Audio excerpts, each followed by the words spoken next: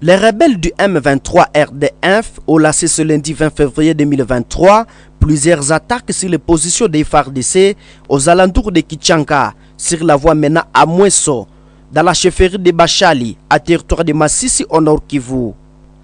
D'après nos sources sur place, 5 positions œuvrent la voie vers Mweso, une agglomération située à 18 km de Kichanga, sont simultanément attaqués par ces rebelles. Je cite: les rebelles du M23 viennent de lancer plusieurs attaques pour faire chuter Mweso.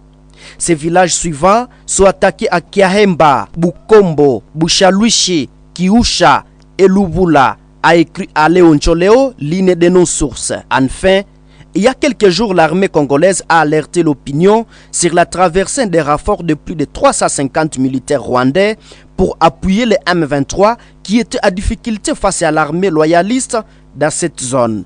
Au moment où cette dépêche est rédigée, des violents combats sont toujours à court. Par ailleurs, la remise symbolique ce samedi 18 février 2023 au gouverneur militaire de la province du Nord Kivu de l'assistance humanitaire destinée aux déplacés de guerre venus du territoire de Rutshuru, Massissi et d'une partie de Nyiragongo suite aux affrontements entre les forces armées de la République démocratique du Congo et les terroristes du M23 soutenus par le Rwanda.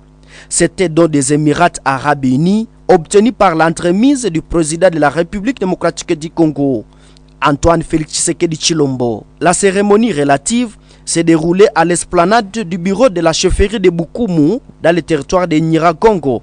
Ce samedi 18 février, à présence des autorités territoriales, provinciales et d'une représentation de la présidence de la RDC. Évaluée à 800 tonnes, cette aide qui arrive au moment où des déplacés de guerre traversent une période difficile suite aux conditions de vie déplorables et constituées de vivres et non-vivres. Dans ce discours prononcé à cette occasion, le gouverneur militaire du Nord Kivu, le lieutenant général Constant Dima, a fait savoir que cette assistance, œuvre des Émirats arabes unis, témoigne de l'hospitalité et de compassion à l'égard de la population du Nord Kivu, victime de l'agression rwandaise via le M23. Je cite: ces gestes témoignent de l'hospitalité et de compassion à l'égard de la population du Nord Kivu en général et des déplacés de guerre du M23 RDF en particulier.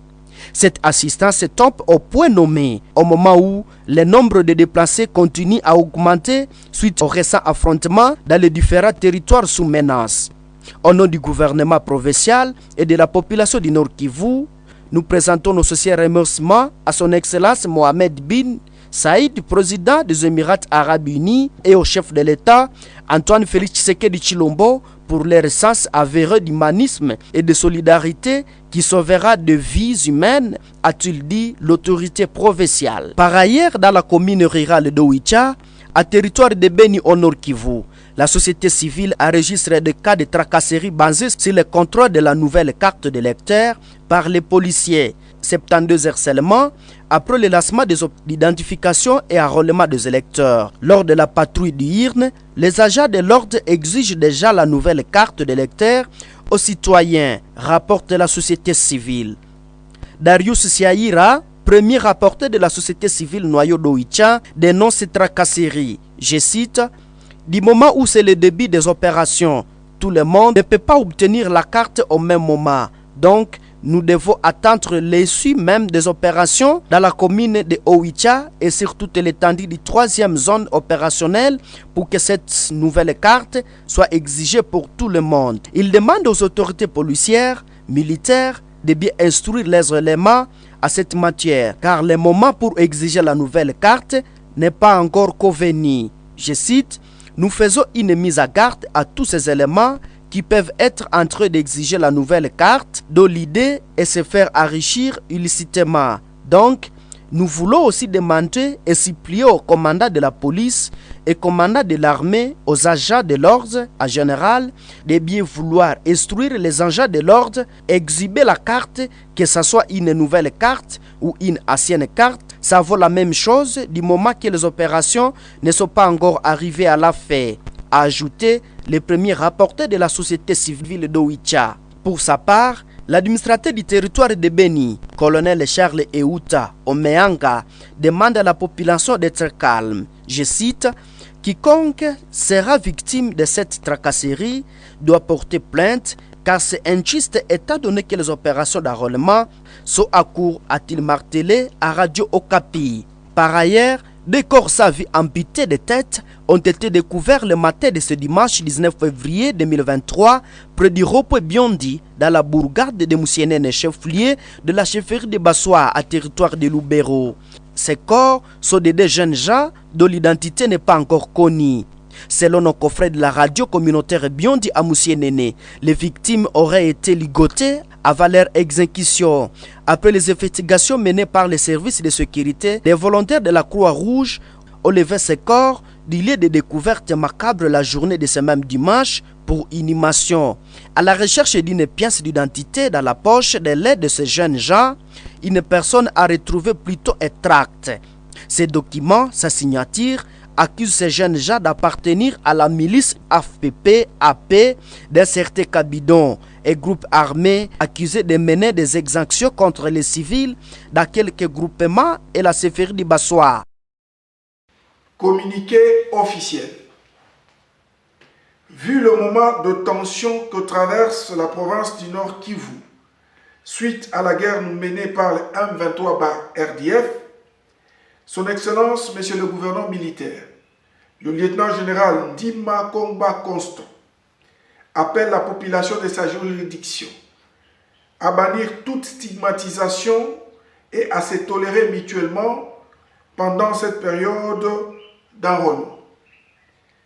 L'autorité provinciale rappelle que tout acte de stigmatisation et d'exclusion à l'endroit d'une quelconque communauté perturberait le processus d'enrôlement en cours et faciliterait le jeu de l'ennemi, car c'est dans l'unité que nous vaincrons ce dernier.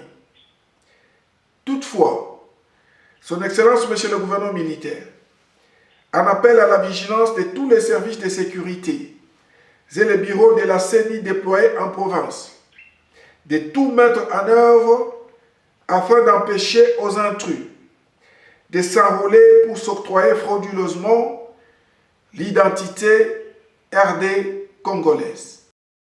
C'est dans cette logique-là qu'il faut inscrire le message, le récent message du comité permanent de la Sengo qui s'inquiète de la présence de troupes de l'EAC, de tout ça, mais sans paix attendue.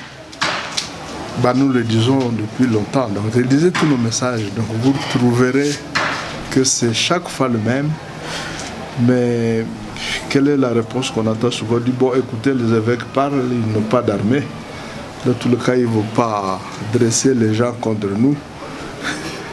On dit, les chiens aboient et la caravane passe. Il faut qu'ils cessent de... le régime qui n'applique pas ça. Donc, s'ils sont congolais, il faut qu'ils soient vraiment solidaires.